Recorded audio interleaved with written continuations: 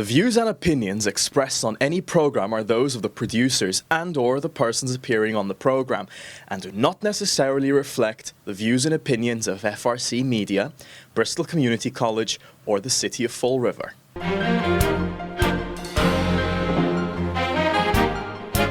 Good morning. I'm Mike O'Sullivan. I'm the CEO of One SouthCoast Chamber. And on behalf of our chair, Catherine Dillon from Bank 5 and the board of directors of One SouthCoast Chamber, it's my pleasure to welcome you to today's breakfast with Lieutenant Governor Kim Driscoll.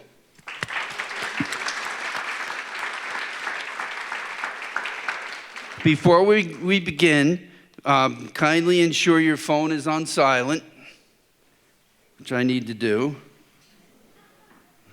I'm the worst at that. I get fined at Rotary on a regular basis for my phone ringing. So we're pleased to recognize several public officials that are in attendance today. We have Fall River Mayor Paul Coogan,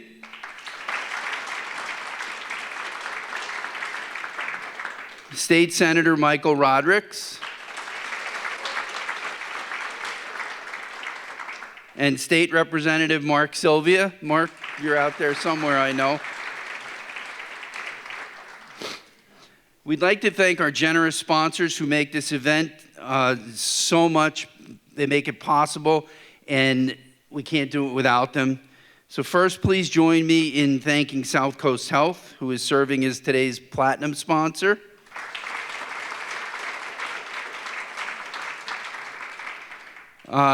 Please recognize Bay Coast Bank and Bank 5, our gold sponsors. And our keynote sponsor today is Isaacson Solar. But I also want to make a quick comment about a special kind of sponsor that we've had. Today is the first time I think it's the first time we've ever done it. But when the governor came back in July, we had the folks from UMass Dartmouth approach us and said, hey, could we have a couple students come see how the government works, hear the governor speak? So we reached out this year to Bay Coast Bank, and Bay Coast Bank was so willing to sponsor a table of college students that are here today. And those students are from, half of them are from UMass Dartmouth, and half of them are from from Bridgewater State University. So I think that's a great sponsorship that we really do appreciate. So thank you so much. Now to say a few words on behalf of SouthCoast Health, please welcome Don Giametti. Don is the president and CEO of Shepherd Group. He's the immediate past chair of the SouthCoast Health Board of Trustees. He remains a member of the Board of Trustees. And he's also, it's been a couple of years, but he's also a former board member of what was the Fall River Area Chamber of Commerce. And anybody who's ever come into our Fall River building, you see this beautiful brick walkway. Don's company are the ones who took care of that for us. So thank you very much, Don, and come on up.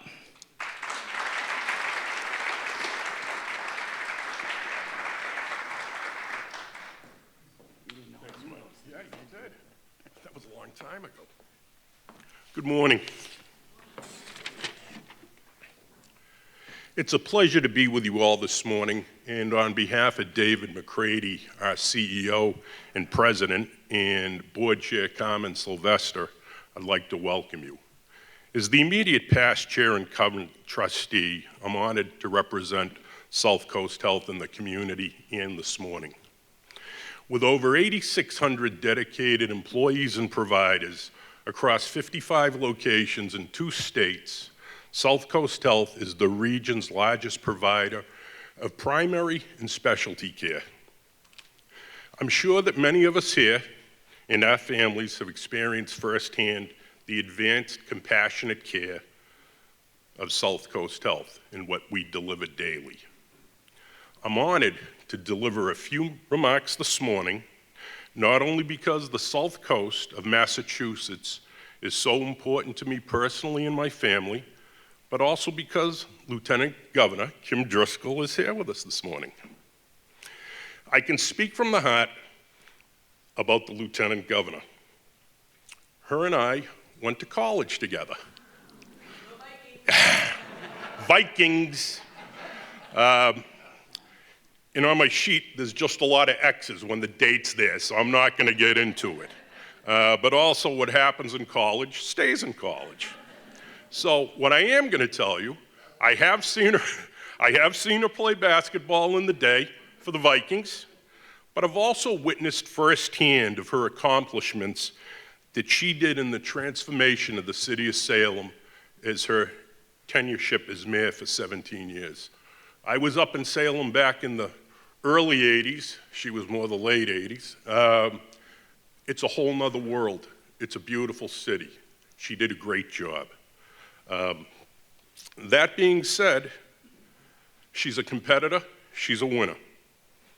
And I'm honored to have her as a leader of our Commonwealth and to advocate for high quality health care, an ally to the business community down here on the South Coast, and as a dear friend. Thank you for the opportunity this morning.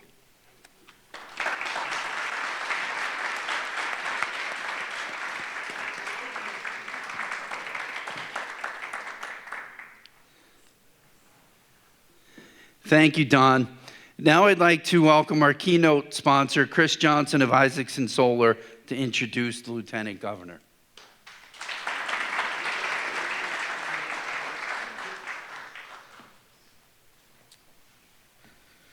Hello, I'm Mike O'Sullivan. No, sorry, wrong page. Kim Driscoll is the 73rd Lieutenant Governor of the Commonwealth of Massachusetts. Together, Governor Healy and Lieutenant Governor Driscoll are the first all-woman executive team to lead Massachusetts.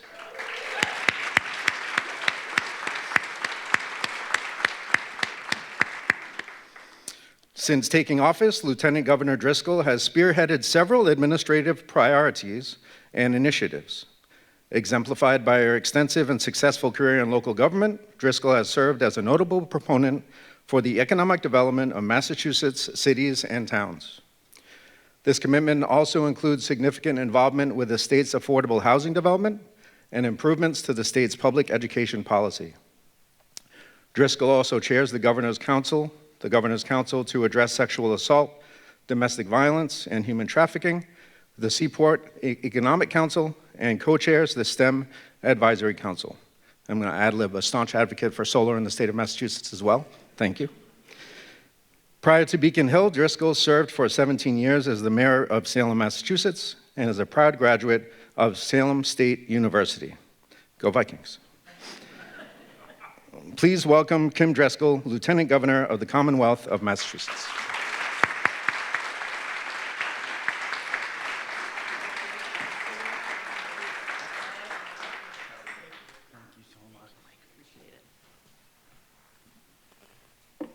Good morning, everyone. It's really a real thrill for me to be here with all of you, to spend some time sharing a little bit about the work that we're doing in the Commonwealth, and frankly, to hear from you as well. I think both the governor and I really appreciate the opportunity to be in groups like this, to hear directly from constituents, from business leaders, from key stakeholders in what we believe makes our Commonwealth such a great place. So thank you, Mike, for the invitation, and for all of you for being a part of a great chamber. As someone who was a longtime mayor, as you've heard, I think chambers are kind of the heart and soul of what helps make our communities thrive as well. You're donating to Little League, running scholarship funds, really invested. I'm sure there's some good fun that you have networking, but a lot of it is about reinvesting and making our communities vibrant, so thanks for that work.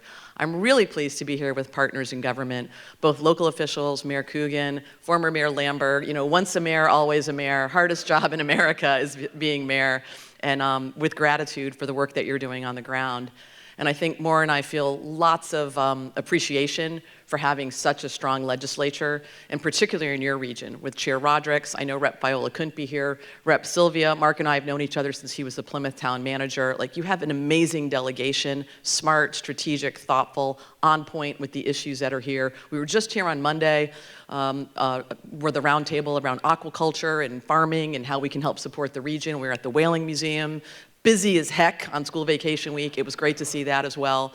And I just want you to know, I think Massachusetts brings like adult in the room energy when it comes to governing. And that's because we have amazing partners. We don't have to agree on everything to realize that we have an opportunity to move Massachusetts forward when we can drive consensus and really have a strong agenda. And I think it's one of the reasons Massachusetts continues to be the place that other states look to in so many different vast areas. So thank you to the members of the legislature. So much of what we're able to do is because of that partnership. I really appreciate the business and nonprofit leaders who are in this room as well.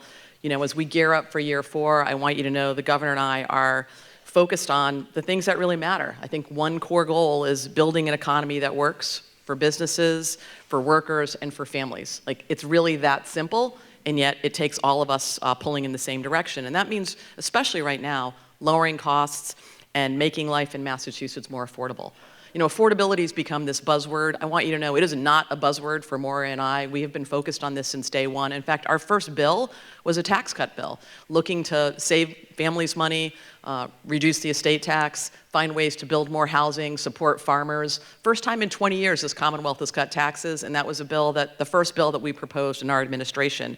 And it's really just continued on forward, understanding how at this time, with so much uncertainties, we can be a critical partner to small businesses, to families, to the vibrancy of our communities. And that means we have to work together to do that. Lowering costs, strengthening the economy, and being a pro-growth environment.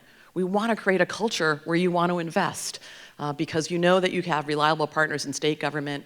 You've got a key recognition of the collaboration between local leaders and state leaders, and a willingness to take that innovation, those dollars, and invest in a way that's going to make Massachusetts a leader in so many spaces.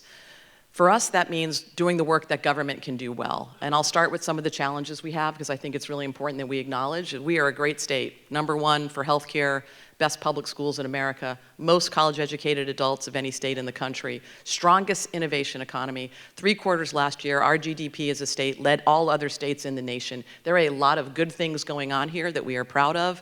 That's that collective action that we take together. But that does not mean that we do not have challenges. We have growing income inequality, and we have areas that we've got to dig down and do more. One in particular that is certainly near and dear to my heart, and you hear a lot of it out of our administration, has to do with housing. You know, housing is one of the biggest challenges we have. We just haven't built enough housing over the last several decades. In the 70s, we were building 40,000 units a year as a Commonwealth. I mean, folks were coming home from the war. In prior decades, we built housing as a matter of course. Over the last 2 decades, we've barely scratched the surface in meeting the housing needs that we have. We're not building enough of it. And when you have strong demand, which we do, lots of people want to live in Massachusetts, raise their family here. We are all living longer. That's a good thing, but that means we have more pressure on the housing market. It is really showing itself in high costs. So we conducted the first statewide housing plan that shows we're 220,000 housing units short. That is immense pressure on the housing supply market. When you have less than 3% vacancy rates for housing in communities, that's actually not a good thing. It works against us in terms of attracting the type of housing that we need and the type of people that we need, most assuredly. So we got to work right away. We passed the largest housing bill in the state's history, the Affordable Homes Act, $5 billion investment in housing, a range of housing. That's programs in gateway cities. Gateway cities used to be the affordable places: New Bedford, Fall River, Salem, Lowell. There's a long list of them, 33 communities.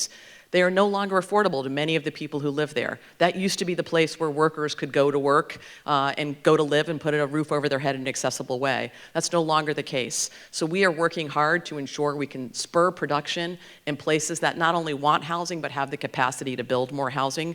And that Affordable Homes Act is helping do that. In addition to resources, because it is about money, it's expensive to build in Massachusetts. Land is expensive, the cost of building is expensive. How do we get deals to pencil out? I was an urban planner in my first life, so this is really important to me.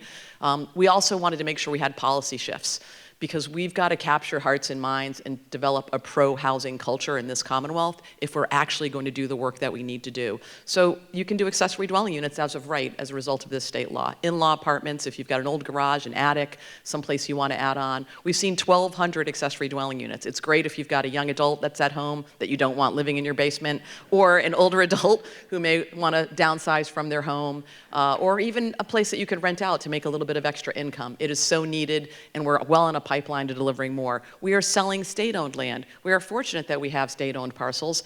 We made it easier through the Affordable Homes Act to dispose of those properties and put them into good use. We're working with our partners, both in community college and higher ed, to ensure if you are land rich, how do we work together to develop housing in those spaces?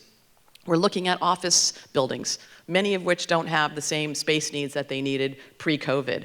And how do we make it easier for commercial conversions from commercial to residential? All of these are happening with the idea of transforming communities and developing the housing we need. Lots of investments here in New Bedford and Fall River through those HDIP programs for gateway cities, because we also need affordable housing for our very vulnerable residents, folks coming out of recovery. So it's across all modes. Market rate for folks who are doing well and want to stay here. The type of housing you need when you're 20, 30, and 40 is different than the type of housing you might need when you're 60, 70, and 80. More accessible housing, supportive housing models with services there. Many of us are going to outlive our ability to drive. So transit-oriented development, walkable communities. We want to make sure we're investing not just in housing, but in livable communities. It's a twofer. And I'll just say one more thing. I know that I think Bay Coast Bank sponsored a table of college kids. Where are you guys? Are you here somewhere? Yeah, thank you for being here, number one. Some of you are Bridgewater State Bears. I've got a bear in my family. My oldest daughter, Delaney, graduated from Bridgewater State. And I want to say thank you for being here. And I'm really concerned that this generation of young adults who want to stay in Massachusetts are not going to be able to do that if, in fact, we don't invest in the housing that we need. Think about it. The average age of the first-time homeowner in Massachusetts right now is 40 years old. That's the oldest age we've ever had. Our young adults want to be able to do the things that most of us did when we were young adults. Our biggest outmigration in this Commonwealth is not seniors retiring to Florida, although this time of year, it's not a bad thing to think about. Our biggest outmigration is 26 to 35-year-olds. And they are leaving because they want to put down roots, they want to buy a home, they want to do the same things that many of us did when we were 26 to 35 years old, but they don't have the housing supports to do it. It's not affordable when you look at the prices that we have now. You all know that. If you own your home, don't we love the equity we have, how it's going to help us in our retirement, but it's also hurting us when it comes to keeping and attracting the talent that we need, the young adults who are here. Most young adults are leaving college despite our best efforts to try and really reduce the cost of college with higher debt, and then they're entering into a housing market that is too expensive. They might be the first generation to do worse than their parents, and I'm not okay with that. So we've got work to do as a community, at the local level, as a state in combination to drive down cost. In the governor's state of the Commonwealth, we've increased our first-time homebuyer assistance programs. They include additional dollars, $25,000 towards a down payment and lower cost mortgages, so we can try and get more people in home ownership, stability here. And let me tell you one more reason why I think it's really important. Massachusetts is not a state that relies on, I don't know, oil bubbling up from the ground to support our economy, or we're not mining for precious metals. We are the #1 innovation economy because we have smart people here who we come together and come up with amazing ideas. We're the #1 life science capital, not in the country, in the world. 6,000 clinical trials happen in Massachusetts every single day, coming up with life-saving drug treatments and therapies that are not only good for our Commonwealth or our country, but our world. It is because we have this confluence of talent who come together, create an ecosystem that drives innovation. If you've got a hard problem, you come to Massachusetts to solve it. We are the place that makes the impossible possible, and it is all tied to talent and people. And when we lose talent and people because they cannot afford to live here, that is hurting our local economy. And places like the Sun Belt in Texas, where they put up housing a lot faster, where it's cheaper, I don't think they have the same quality of life, but it's not terrible. Like, we have to be able to compete to keep young people here. And that's the talent that we all need. Today's seniors and college students are tomorrow's business owners. They're going to be the leaders in this room very soon. So I want to say, collectively, whatever we can do to drive up housing is important. And it's not just housing anywhere, anyhow. It's like, let's build it the right way. And as a state, let's support the infrastructure to ensure that we have it. So housing's top of the list for us in terms of our ability to support a strong economy and keep people here. We know a couple of things that folks are struggling with, not just people, but companies, is healthcare costs. In the state that pioneered universal healthcare coverage, first state to do that, that offers the highest quality coverage, we also need it to be affordable. Our administration has taken some actions in that regard, things like limiting pre-authorizations, capping copays and deductibles, getting medical debt off of bankruptcy filings. We think this is really important to help people who are relying on the great healthcare system that we have. At a time when, frankly, the federal government is pulling out of healthcare. They took $3 trillion out of healthcare, folks. We have been stepping in. We have a number of folks who are on the Health Connector. Those are usually for folks who are independent, owned businesses, who may not be able to have an employer-based insurance program for one reason or another. The Connector program has been a real savior. Well, because the federal government was pulling out dollars, those premiums were going to skyrocket. And we've been able to help, thanks to support from the legislature, in sort of stemming that gap so that those premium increases were not crazy this year. But we really do need to have a strong federal partner, taking care of our most vulnerable, helping support our healthcare systems, and ensuring that we can not only offer high quality, but we can be accessible to the healthcare that we have. This is a systemic challenge, and so we've also put together an affordable healthcare working group. We think the state that has some of the smartest folks working in this space, that's in the pharma space, in the healthcare provider space, in the insurance space, can come together, take those individual caps off, and find ways to make systemic improvements. I mean, there's amazing technology helping us now in healthcare. The integration of research and development, something else the federal government is pulling out of, is also going to be key in helping us think about how do we not only have high quality and accessible, but obviously making sure it's affordable. There's work underway right now. We know this is critical. But think about pulling out $3 trillion in healthcare. When folks go uninsured, that hurts all of us. It's such a bananas policy to me at the federal level. Whether you carry a red card or a blue card, when we don't have health insurance, it doesn't mean that people don't get sick. It doesn't mean that you don't escape cancer or you're not in a car accident. It means that you're getting your care at an emergency room, which is the most expensive and the least productive in terms of preventing outcomes or helping outcomes. So we're leaning in to ensure that we have access to health care, but we also need everybody coming together to figure out how do we make sure it's affordable. This healthcare working group is being looked at nationwide. What are the solutions? Because once again, if we can figure it out here in Massachusetts, it will be scaled up and help other places as well. So stay tuned and know that we think this is an important issue. It's also impacting our communities. It's one of the biggest cost drivers for city and town budgets as well. So there's a lot of reasons for us to collectively work on this. Energy cost, oh my gosh. You know, before I became mayor, I used to love the snow. I should say, I'm a Navy brat. I was born in Hawaii. We've lived all over. My mom is from Trinidad. I went to high school in Florida. Like many people, I came here to go to college, fell in love with Salem and the community and the quality of life here and stayed. It's kind of interesting, neither Maura or I had the good fortune to grow up in Massachusetts. She grew up just over the line in New Hampshire, came here for college and stayed. She went to a little college in Cambridge, not very well known. I went to the hallmark of our public higher ed system in Salem. And I will say that we both feel such great fortune to be living here with the amazing quality of life we have. And before I became mayor, I thought, like, these 4 seasons, it's amazing, and I love snow, it's coming out your window. And then you become mayor, and it's just dollar signs flowing down. That's what you see. But look, we really recognize that energy costs are one of the things that is a competitive disadvantage for Massachusetts. It's one of the reasons that we're working so hard to try and lower bills. You know, we've been really clear with the utility companies. We appreciate the work you're doing, but we cannot have additional cost increases. People cannot afford it. Businesses cannot afford it. We're capping those increases as much as we can. We did some immediate sort of do now things with a 25% reduction on electric bills and 10% reduction on gas bills. That's for the next 2 months. These are the biggest months that most folks have for their bills.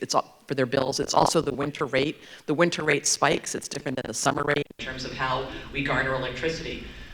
But overall, we've got to be able to drive down energy costs by finding ways to deliver more energy here. That's why we developed this all of the above strategy. We need solar. I have solar in my house. Thank you for the work that we're doing in the solar industry. Lots of states are investing in solar, and we're driving down cost by allowing us to use solar combined with battery storage. You know, battery storage is relatively new because they've improved the technology with battery storage. Think of it as a power bank for your community. The times we are not using electricity, we are generating it, and we're able to store it and then put it into the system when we need it at a time when usually energy costs are higher. We've got some stored energy. And there's lots of communities who right now are looking at battery storage proposals and trying to find ways to understand how that can benefit a community and also benefit our energy grid system. It's why we've been bullish on offshore wind. I was in Salem, right, home of what used to be one of the Filthy Five, a large coal-fired power plant. There was no way it was going to be able to continue to meet emission standards. We were able to invest in that facility. It now has a coal plant that when we needed power, the grid would call the coal plant 6 days before they thought they needed it and said, get ready. And then 3 days it would take to actually get it to turn on and deliver the power we needed. That was coal and oil. Today it is home to a much smaller footprint, quick starting natural gas facility. In 6 minutes, we can call the natural gas facility and say, we need power, and they turn it on. We use power there when we need it. In addition, the port is now home to offshore wind marshaling and construction facility, the same sort of work that's happening in New Bedford. These are key to ensuring we have additional power options in this state. We don't have the oil or the gas in Massachusetts. Everything needs to be imported in. That makes it more expensive. But we do have the opportunity to harness the wind, to harness solar, to find ways to use technology like battery storage, to invest in efficiencies. Most of us have building systems. It's not an old thermostat in a wall. We have digital programmed ways to make sure we're using energy more efficiently. We're all in on that. But our energy affordability is definitely going to be key to our economy and our growth. Advanced manufacturing, quantum computing, AI, all of those things require more power. Everything I bought my kids and put under the tree this year plugs into the wall, like many of you. We've got to find ways to deliver power, deliver it cheaper. That's why we're excited to flip the switch on the hydropower line coming in from Quebec. That is now 20% of our power is coming from hydropower. It is cleaner and it is much more affordable. We are not resting. We know this is an important issue, particularly now. It is the #1 thing we hear about from both constituents and small business owners. The key to growth is going to be having power that's available, first of all, and then #2, making sure it's more affordable. We are all in on that. Lastly, I just want to talk a little bit about the uncertainties with what we're experiencing in Washington. Somebody just said to me earlier, like a lot of noise coming out of Washington, and I thought that was very diplomatic. There is a lot of noise coming out of Washington, and it makes it difficult when you're in a state that relies on research and development, that believes in science, when you have a federal government that is taking away vaccine policies, that is reducing SNAP benefits. The first time in our country's history that we've had a government shutdown, we did not fund keeping people fed. SNAP benefits are $240 million a month in Massachusetts. There are 1 in 6 residents in Massachusetts, many of whom are working, rely on SNAP benefits as part of how they feed their families. In communities that have high concentrations of poverty, someplace like Springfield, Massachusetts, 1 in 2 residents are on SNAP benefits. In addition, where do you think SNAP dollars are expended every week? In Massachusetts companies. The #1 expenditure for SNAP dollars is Walmart. #2 are the places that you would expect, where people buy groceries.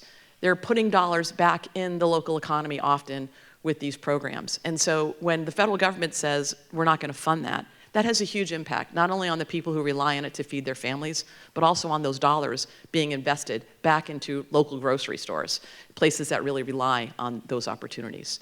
We stepped up, we worked with the United Way, we filled some holes, we worked with the legislature to try and address that. In this year's budget, we're providing more dollars for food pantries through the MEFAP program, tax credits for farmers. Wouldn't it be great to have more locally sourced agriculture coming into our state and being able to support it? We're going to continue to find ways to step up. When the federal government took away vaccines, think about this. When the federal government says, CDC says we're not going to recommend vaccines, that has 2 impacts on it. 1, manufacturers don't make as much of it. 2, insurers don't have to pay for it. Here in Massachusetts, we stepped up. We formed our own CDC with other New England states and said, no, this is an important vaccine. If you need it, if you want it, you should get it, and insurers should pay for it. Imagine going through a flu season where people weren't getting vaccinated. These are areas that you used to have a reliable partner in the federal government. Millions of dollars, billions of dollars in research. Our state is the #1 recipient of NIH funding. We used to believe in dollars from the National Science Foundation and NIH supporting the type of innovation that is not just good for higher ed institutions who do a lot of the research and have the postdocs. It leads to a stronger economy, those life sciences companies, those labs. And it's not just folks in white coats. There are people cleaning those labs, feeding people in those labs, ensuring that they're well maintained. It is a continuum of an industry that is really being harmed by a $3 billion loss in research. And most importantly, it's also harming our ability to help patients. Probably my worst day in office has been bringing in leaders of our innovation economy tied to life-saving drug treatments, therapies, healthcare providers, and hearing from folks at Boston Children's and Dana-Farber having to call patients and tell them that their clinical trials were going to be over because funding was going away. Trials that were working, rare diseases of childhood cancer, things that were really helping families that are stopping. And who's on college campuses recruiting this incredible talent that we have here? China, Canada, Germany, like other countries are taking advantage and swooping in and saying, we can use this talent. A lot of it is international talent, where we don't have visas coming in, we don't have students. In Massachusetts, we have 500,000 graduates every June from different colleges and different degree levels, bachelor's, master's. I was with my counterpart in West Virginia. He said, you have how many? They have 14,000 every May. Like, this is an incredible asset to have a complement of 500,000 people graduating every May and giving them an opportunity to work here, to lead here, to grow businesses here. We want to step up and invest in these places at a time when the federal government is pulling out. It is critical that Massachusetts continue to find ways to lead, to make sure we have a diverse and livable economy, diverse and livable neighborhoods. And I think we really are the antidote to the worst of what you're seeing coming out of Washington that's impacting so many communities. I'm the daughter of an immigrant. I actually think immigrants help support our economy in meaningful ways, small and large, and help provide a more livable environment with different backgrounds and cultures and languages being spoken. I think it's a plus.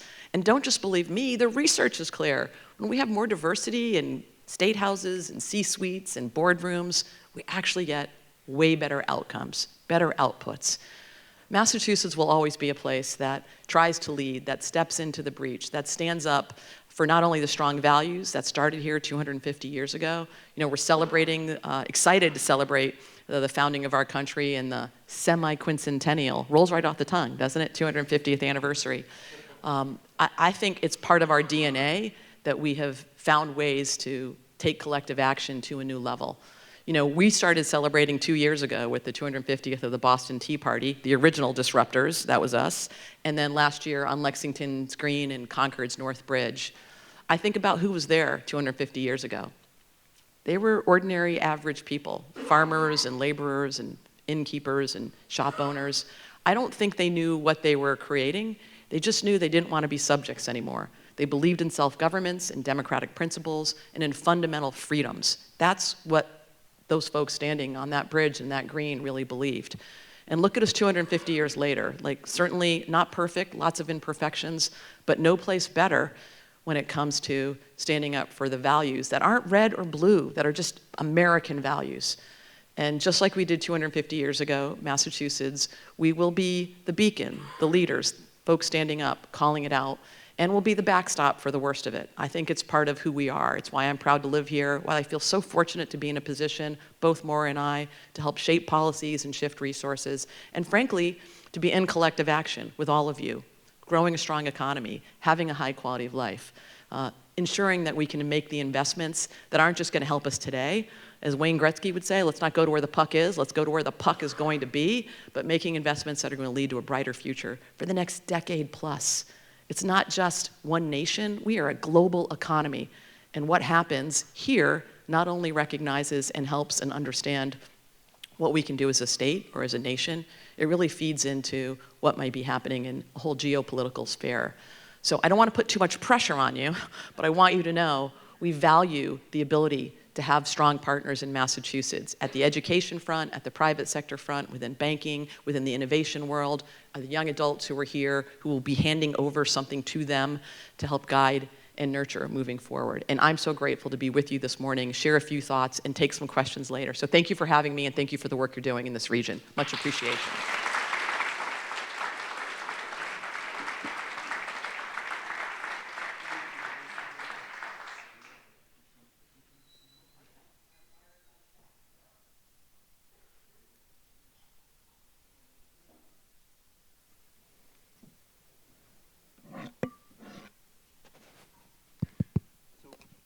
So we've done the fireside chat once before, and we had so much fun, we asked you to come back and do it. I love it. Thank you so much for all the good work that you do on behalf of the people of the South Coast. For the next portion of our program, we're going to do the fireside chat, but on your tables are forms where you can write questions, and one of the chamber staff will gladly collect those. And as time permits, we'll do the best we can to answer as many of those questions as possible. We don't always get to all of them, but we would like to. So the conversation about affordability and competitiveness is something we have on a weekly basis, if not daily basis. The cost to live and do business in Massachusetts has continued to increase, which is why we were so excited to see Governor Healy and your administration create a competitive council through executive order, and a council designed to advise your administrative strategies to drive the economic growth. And of course, we're happy that One South Coast Chamber is part of that.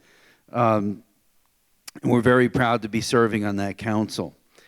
Do you mind telling our membership about the executive order and what the administration's hoping to achieve through the council? Yeah, thanks so much, and so grateful to have your participation on this. So the Competitiveness Council was really driven by the governor, our Secretary of Economic Development, Eric Paley. He comes from the private sector. He's part of Founders, an organization that worked with a lot of startups and has been very successful.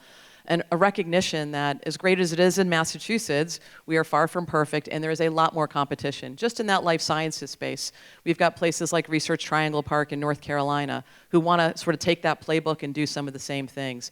Texas is really doing a tremendous amount of economic growth. The fastest growing cities in North America, 6 of them are in Canada. So you think about Toronto and the work they're doing there, a lot of strong innovation happening.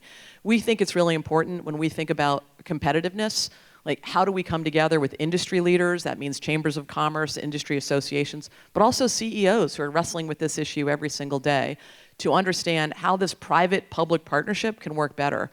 What are the policies that we need to support going forward to put you at a competitive advantage, not at a competitive disadvantage?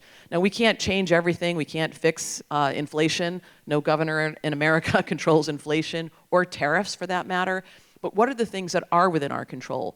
And how do we hold a mirror up to ourselves, whether it's regulations that we have as state or laws that are holding back the opportunity for growth, or industry partnerships? I think we really pride ourselves on having strong strong relationships, but how do we operationalize recommendations in areas that we're really listening that can give our business community, our innovation economy, a stronger competitive advantage over other places? And that's what's at the heart and soul. The leaders of the Competitive Council are the former of the Harpoon CEO, Bob Canary, and Mark Nunnally, who is from Bain Capital, along with a lot of folks locally. And I just want to say, we really think it's also important that we think about this regionally. You know, what works in Boston may not work here on the South Coast, and what works in the South Coast may not work in Greater Springfield or Merrimack Valley or on the Cape. So there are regional economic drivers, and we want to make sure we're leveraging those and also looking at ways that we can be better partners to support a strong economy. Well, we really appreciate the fact that you look at it regionally. It's important to us. And that's how the two chambers came together almost 7 years ago now, was to try to get a bigger voice, and it seems to be working, so thank you. Smart. So tourism plays a large role in our local economy, particularly within the arts and culture sector, whether it's the Whaling Museum, Battleship Cove, the Narrows, the newly renovated Zeitarian Theater, which is just amazing. Yes, the Z. I know you were at the ribbon cutting. We have many countless others. But we're also excited to be unlocking a new market thanks to South Coast Rail. So with major events coming up this year, including Mass 250 and the FIFA World Cup, what's your perspective on tourism and the role it plays in a local economy? Well, this feels like a home court advantage coming from the Halloween capital of the world in Salem. I can just say, like, we obviously see tourism, hospitality, the creative economy as very real drivers of jobs, of investments that not only lead to a growth, but certainly support having a high quality of life in places. I think it's great to live in a place where other people go to vacation. I really do, except in October, maybe. But look, I'm a mayor who came from a tourism community. We have an embarrassment of riches when it comes to history and amazing cultural assets. And it requires a connection of both private resources and public resources to help support and drive and propel these institutions and these opportunities. When I was in Salem, we took 50% of our hotel motel taxes and reinvested it in our DMO, our destination marketing organization, to grow heads in beds, because we know that led to more people eating, more people staying and shopping in our community. We invested in things like the shoulder season. I don't need anybody else coming in October. How do we drive more people coming in those shoulder seasons and festivals a month? And that takes dollars to support that. We are reinvesting in our tourism office, our Mass Office of Travel and Tourism, working strategically with local regional partners to make sure they have some of the resources to do that collaborative marketing, to drive itineraries. And we think with major opportunities coming, whether it's MA 250, big celebrations that will be happening on the 4th of July, that's our signature event, but also, as you mentioned, tall ships. We've really worked hard to say, if the tall ships are coming in Boston, they'll do their parade. Where are they before or after? How do we get them to more ports? If you have the water and the water and the capacity in the harbor to support that, let's extend the opportunity and extend the regional growth that might exist in some of those events. Certainly with FIFA, get your itineraries ready. We're going to have people from around the world. We want to make sure they're seeing opportunities to get outside of, this is not just about Boston or going to Foxborough, and people are going to be looking for some of those experiences. So reinvesting in that. And then Mass Cultural Council, that's the key kind of muscle for so much of our cultural assets investing. We've increased their budget this year with the idea of supporting both the capital and trying to sustain growth. We were a partner in the Zeiterion. I know the Whaling Museum has some expansion going on. We see those opportunities to partner as really driving and propel those local economies where people will eat, will stay, and will certainly provide a lot of jobs. It's not just about, jobs in the innovation economy. A job's a job if you're working in hospitality or you're working in the service sector. And we know it really matters when these places are thriving. And certainly having South Coast Rail, we were so proud to be able to cut the ribbon on that. It's been decades in the making, thanks to prior administrations, the Baker administration for putting the original down payment down. We know that is helping increase and drive visitorships. These weekend $10 passes, we have the numbers on that. Folks are really enjoying the opportunity to experience someplace different. So you give us the experiences, we're going to try and find ways to market it and work with you to partner on it. Well, thank you. So following a 2024 ballot question, students in Massachusetts no longer need to pass MCAS in order to graduate high school. The business community is concerned that this will have a negative result in education levels here in the Commonwealth. One South Coast and many of our members believe students should have to pass end-of-course exams in core subjects to earn a high school diploma. What are your thoughts on high school graduation standards? I really appreciate this question. I think this is a pressing issue. Someone who was the mayor, you get the extra bonus of chairing the school committee. I know our former mayors and current mayors appreciate that as well. And we have work to do in this space. The governor and I did not support removing MCAS as a requirement for graduation. Not that we think MCAS is the end-all, be-all, but we just didn't have anything to replace it. So now we find ourselves in a situation that we have no uniform standard for graduation in Massachusetts. And that's a problem, because no matter where you live, you should be able to know that your son or daughter is going to graduate and have a standard and an understanding of skills that they are going to need to be successful in life. For us, this has also given us an opportunity. Let's reframe what it means to be a high school graduate. And it's really important, because high school, for the most part, looks like it did whoever the oldest person in this room is when you went to high school. And our kids are graduating into a whole different world, a world of jobs that are different, a world of critical skills that are different. You don't need to memorize the periodic table anymore. Good news, right? But you do need to be able to be a critical thinker, be able to work with others. There are jobs that we can't even define right now that will be in the future occupations. So our students need to be wide-eyed. We know they need financial literacy, a big missing piece of the puzzle for so many high school graduates. That's going to be included. We've already put the frameworks out in terms of graduation standards. That means financial literacy, capstone projects where you can go deep on something you care about, and then rigor. What are the areas that we think are important for Massachusetts graduates to know at a very basic and functional level? We are #1 public schools in America right now. We are not number one for all. There are income and inequality gaps built into that number one, and there are a lot of states who are on our heels who frankly have brought more innovation to how we think about education. So we are all in on this. We have a new education commissioner, Pedro Martinez, not that Pedro Martinez, another Pedro Martinez, but just as good in this space. We recently named a new Secretary of Education after having a fabulous secretary in Pat Tutwiler, in Steve Zreich, who I had the good fortune of working with in Salem. He brings a wide array of experiences. This is super important to make sure that our high school graduates are also getting something fulfilling out of high school. Our young adults are telling us, like, I want to know that what I'm learning during the day has something to do with an opportunity for a career, that it's connected to that I'm not just learning something that's required, but may not necessarily help me. That's why we've invested in career pathways in early college. We've got 10,000 early college graduates with a goal of 100. Because if you can get that experience while you're in high school, it's going to open your appetite for others. We've also opened up career pathways. I'm married to a second-generation bricklayer who's also a college graduate. And I think we recognize that there are opportunities for all if we provide the exposure to it that young adults want. Our career and voc schools are up, and we want to make sure that young adults have the skills they need to be successful in life, high-performing output.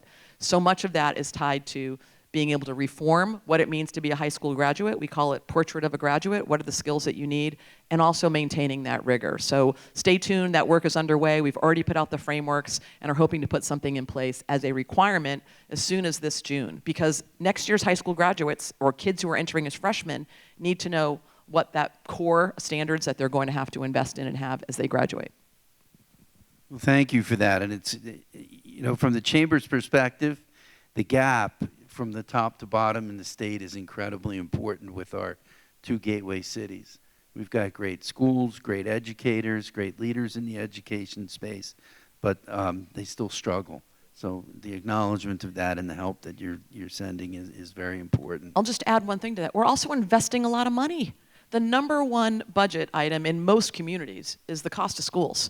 It certainly was in Salem. I think it is here, even though the state is providing a significant amount of resources. We've invested $1.3 billion more in K through 12 education just in the last 3 years. So we have got to get the return on investment as well. There's an accountability measure here. We want to serve students and young adults and make sure they're prepared. And these are precious tax dollars that we're investing in schools and education. The most important work we do in local government. Like, we have 267 school districts, and they are all working hard, but we have to get those ROIs up for sure. Thank you. So energy costs are growing at an unsustainable rate. Can you elaborate a little bit more on your efforts to reduce the energy costs? Yep. I touched upon this earlier, but I will say, we've done some immediate actions. They're really short gap measures to just try and help people now who are dealing with higher cost in terms of some of those rebates and reductions that will happen. We have filed an energy affordability bill. It's with the legislature now. I know the team here is working hard on it. That will drive down costs. We've got all these charges on bills that were well intended and put in place over the last probably decade or more. We want to see what we really need and what we don't need and look at taking those off. We're also, as part of the energy affordability bill, trying to drive down the cost of energy. The estimates are we'll be able to reduce energy costs by $13 billion if the requirements in this bill are implemented. Things like allowing energy companies to buy energy at the lowest cost possible, to have their own form of regional collaborations and purchase power when it's lower cost. They can't do that now. Some of the regulations that are in place prohibit that.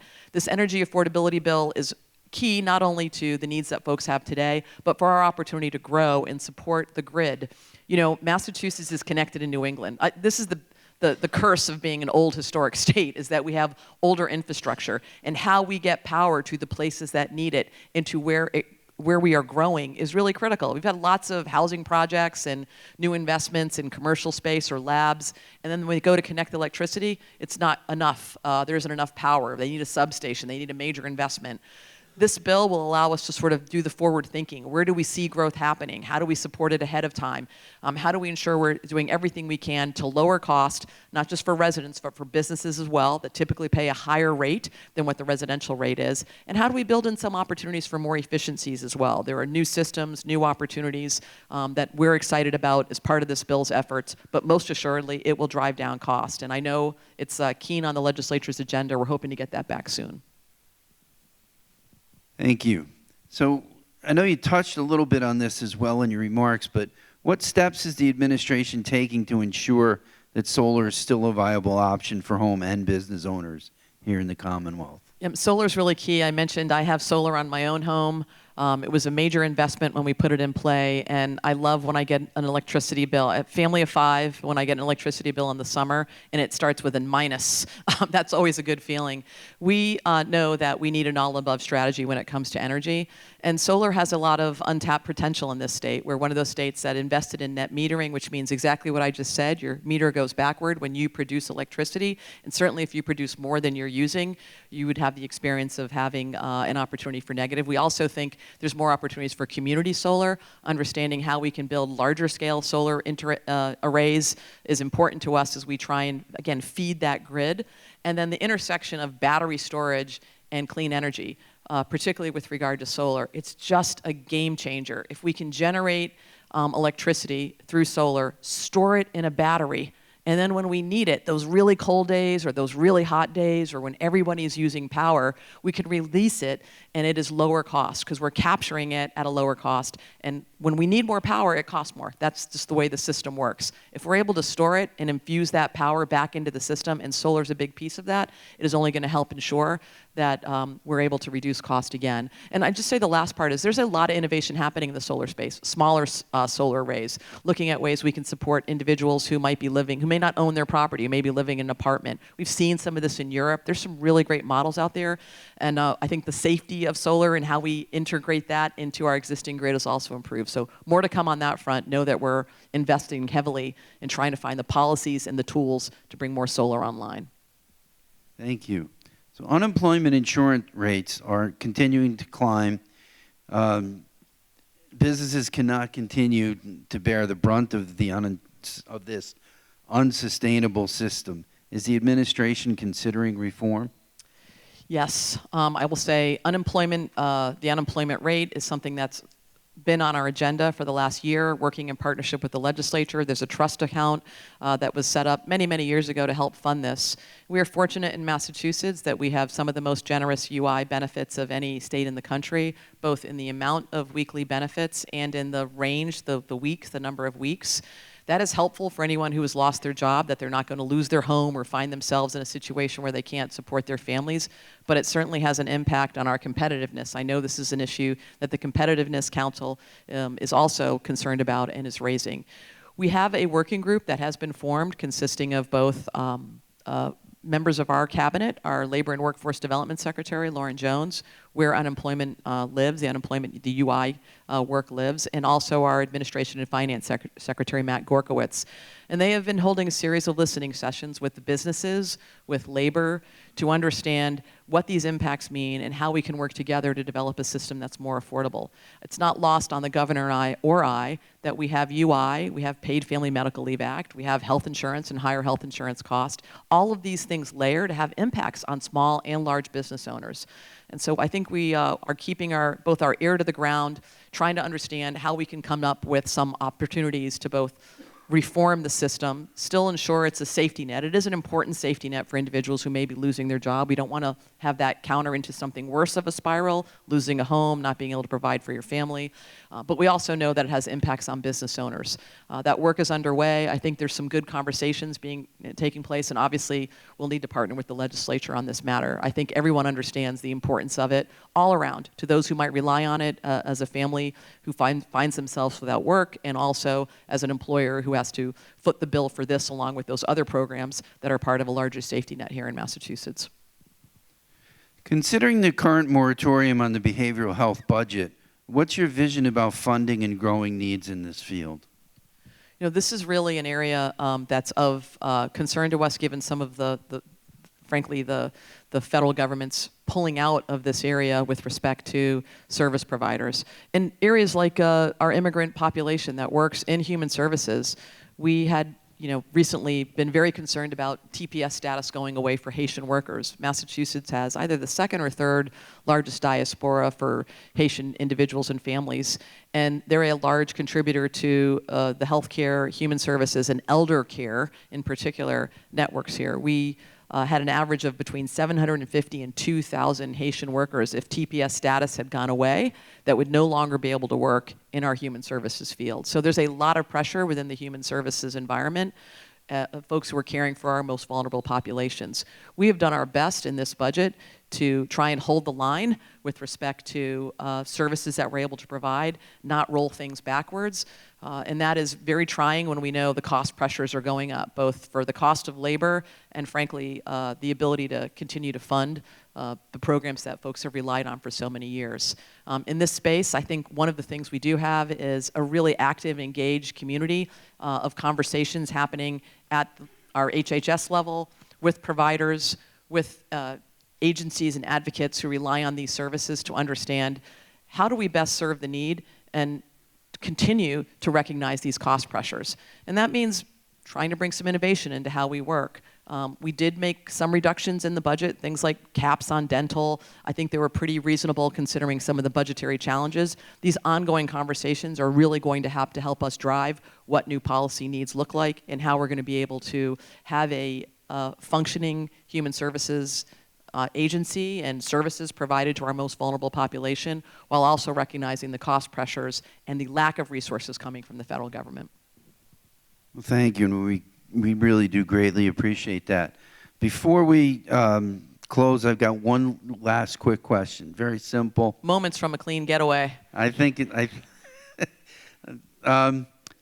and I know you're a sports fan, and you used it earlier in your remarks. You used this, a hockey analogy, so I have to ask this question. First, who do you think is going to win today? The USA? Oh, come on. Yes. They've got us on the numbers. We got to get there a little bit more. I'm super pumped about this game. I don't know. Canada versus USA, rivalry. On the best of, I think, the last 8, they've got 6 out of 8. We've got 2, so we got to win this time. Yeah, all right. Absolutely. So I know this isn't like the Catholic Church, but I'm going to ask you anyway. So at 1:10, can all the workers in the state get dispensation to just go watch the game?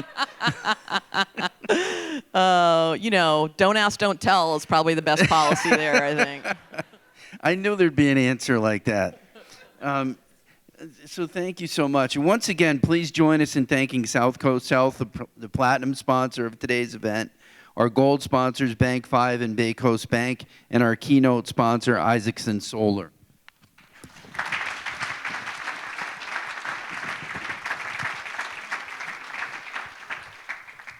Just a couple more sentences here, because I can't forget these folks, because we can't do this without them. So thank you to our photographer, Juilliard Photography. Juliana's around here somewhere.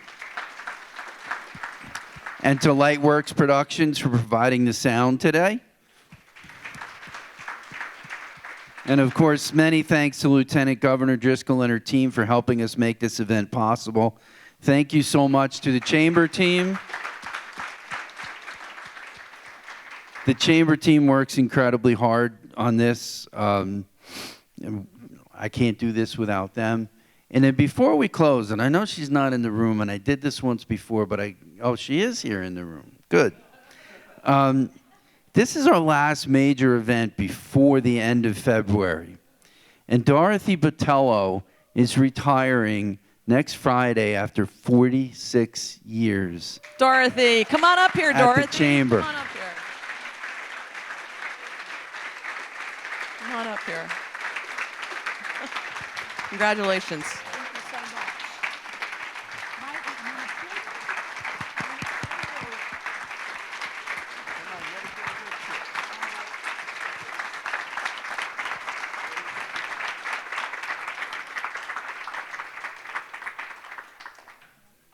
You escaped after 40 years. Yeah, we couldn't have done all this for the last few years without Dorothy, that's for sure. So thank you so much. Lieutenant Governor, thank you so much for coming. This has been just a great conversation. We appreciate your remarks, and thank you so much for taking the time. Thank you for having me. It's a pleasure to be here. Keep up the hard work.